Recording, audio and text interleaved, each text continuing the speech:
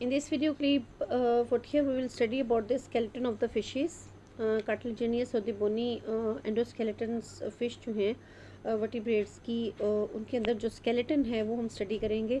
Water act as a buoyant force for the fishes and therefore fishes don't need skeletal support.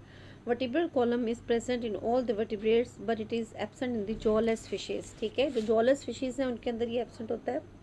Vertebral column जो है it is absent in the jawless vertebrates. Lampreys they have only isolated cartilaginous blocks and these blocks are present in the notochord.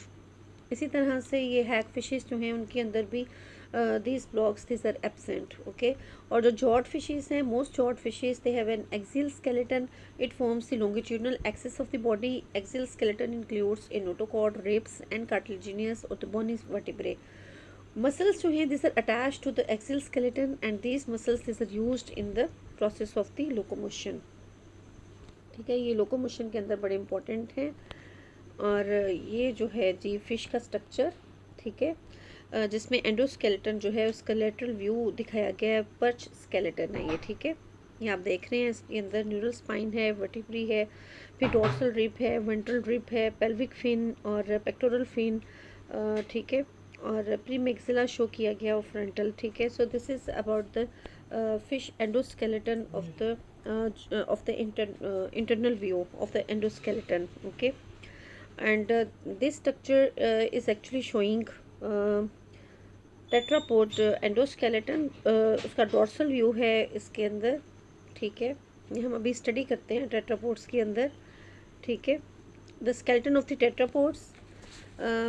जो tetrapods हैं they live themselves for walking on the land. ये आपको पता ही है कि वो किस तरह से मूव करते हैं. और एम्फीबियंस जो हैं they lost the buoyancy of the water so they needed sport to replace it. Sport in locomotion जो है वो डिफ़िकल्ट है, कॉम्प्लिकेटेड प्रोसेस है for the earliest terrestrial animals. Adaptations बहुत सारी हैं for the sport and movement on the land. और ये तकरीबन 200 मिलियन ईयर्स अगो जो है ये स्टार्ट हुई थी. और टेट्रापोड जो है endoskeleton it modified during this evolution process. इसके अंदर बहुत सारी अडेप्टेशंस जो हैं वो हुई थी स्केलेटन ऑफ द वर्टिब्रेट्स के अंदर. ठीक है, वो मॉडिफिकेशंस हम स्टडी करते हैं.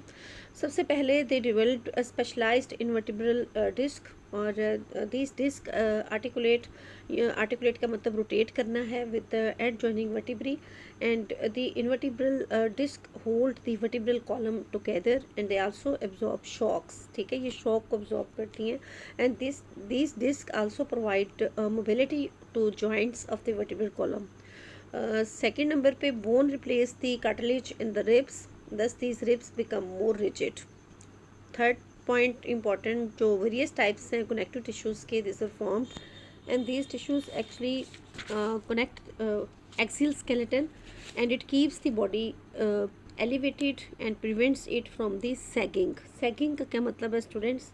सैगिंग का मतलब है बेंडिंग. ठीक है, जो अपेंडेजेस हैं फोर्थ नंबर उसमें हम अपेंडेजेस देखते हैं. This are elongated and they provide support on a hard surface. Fifth point, changes in the shoulder takes place and it enable the neck to move freely. ठीक है, इसके अलावा जो ह्यूमन एंडोस्केलेटन है स्ट्रक्चर, ह्यूमन के अंदर जो है 2 मेजर पार्ट्स जो है वो मौजूद हैं. एक्सियल स्केलेटन भी है और अपेंडिकुलर स्केलेटन भी है.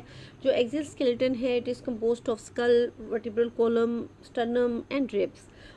इसके अलावा स्टूडेंट्स सेकंड नंबर जो अपेंडिकुलर स्केलेटन है, appendicular skeleton of the human it is composed of appendages, pectoral girdle and pelvic girdles and these girdles attach the upper and the lower appendages to the axial skeleton. Okay, and in the next video clip we will study about the movement, non muscular movement and muscular system. ठीक है,